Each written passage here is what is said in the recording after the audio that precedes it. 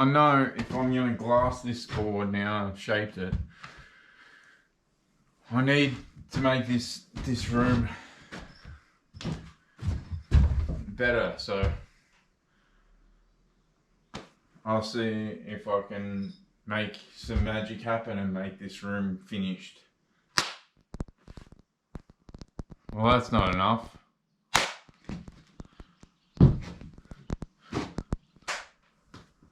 Voila! Done.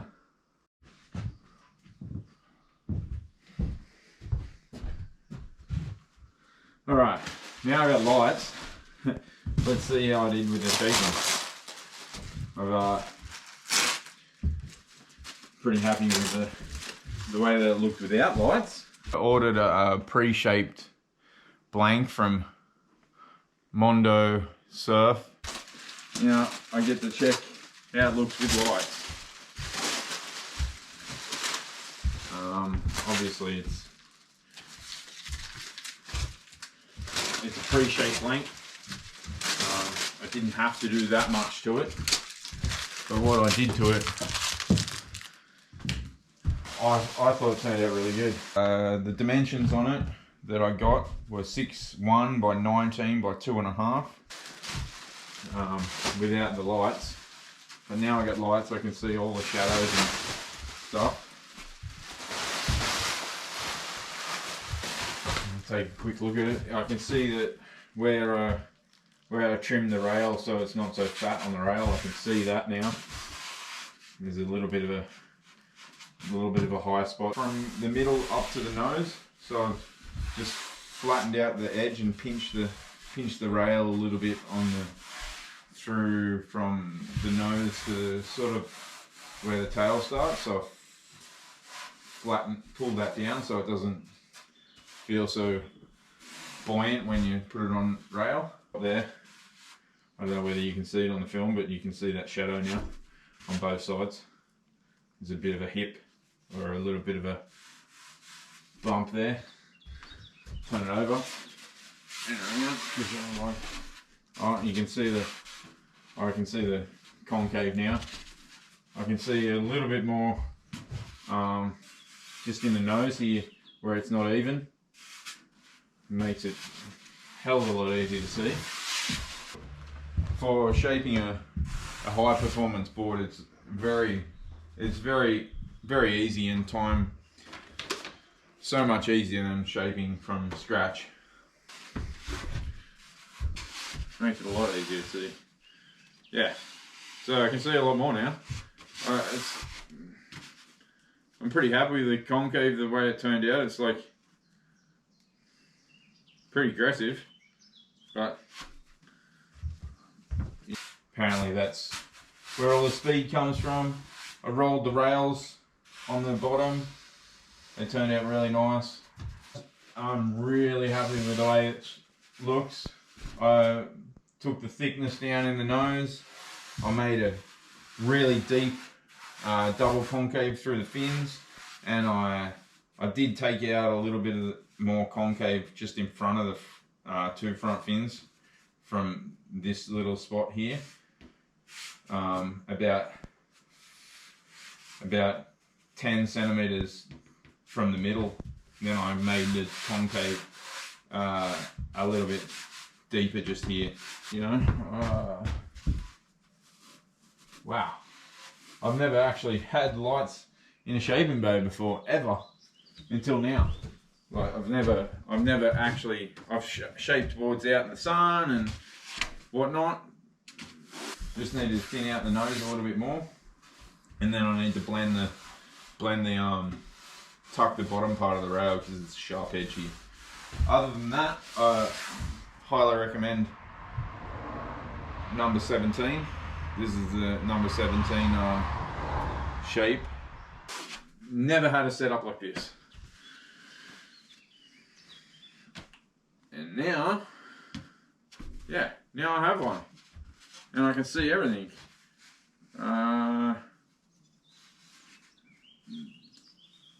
The fading, the sanding I did on the edge, on the bottom rail. I'm pretty happy with. It's a little bit funky at the nose here, but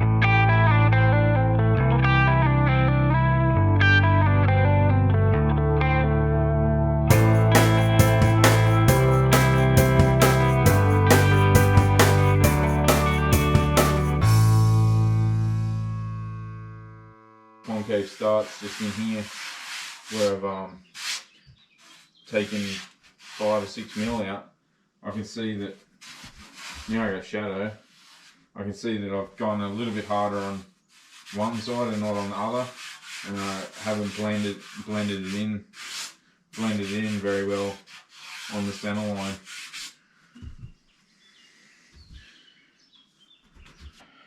I'm done with the shaping. I'm really happy with that. I just got to round the tail off just a little bit, but I always leave that to last because I'm going to mark a center line on the top, which I haven't had to do that with the pre-shaped flank, but to round the tail I like to round from the top, so I just mark a center mark on the top just to round it off, and I'll round it off very little. But otherwise, I left the tail pretty square. You know, a lot of tails nowadays are really squash square. But I saw a board the other day. I don't know who it was. I think it might have been Ethan Ewan's board, but it had a really square tail, and when I was a kid, I had a really sharp square tail boards. So I thought I'd just leave it like that and then round it a little bit, but I left it pretty square. The little ding that it came with still stays there because it's in the center line, but apparently when you glass EPS, you need to put a filler coat on before you glass. So I'll just put a little bit of filler coat on that, and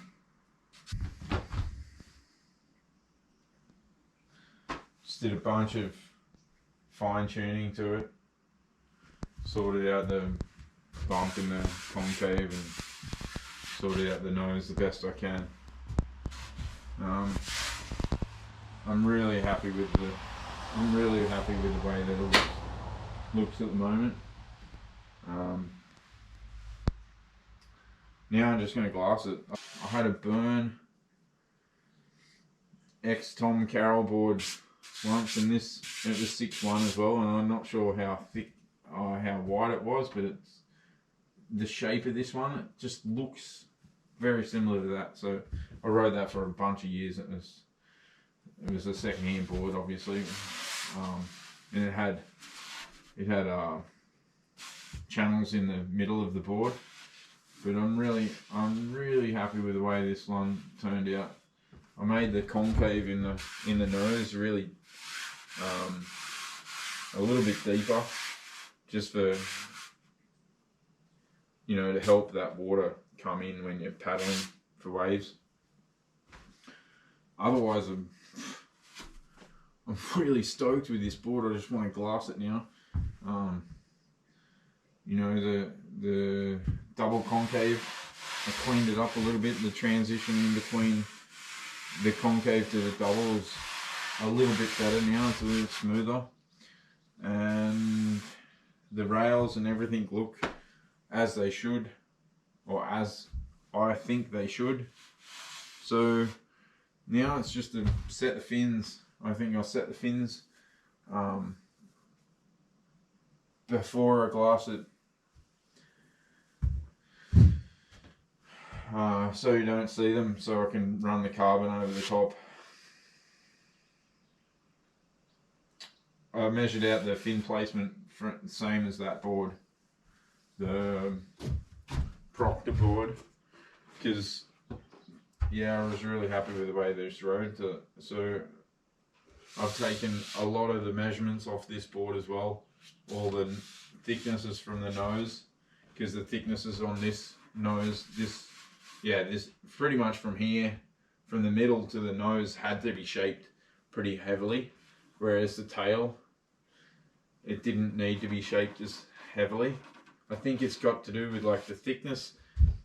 When it comes out of the machine, you can't bring the nose down to the right thicknesses as easily as you can with the tail, because of the, you know, how thin the nose ends up being. Yeah, so just gonna glass it now. Hey, so just about to cut the fins out in this board now.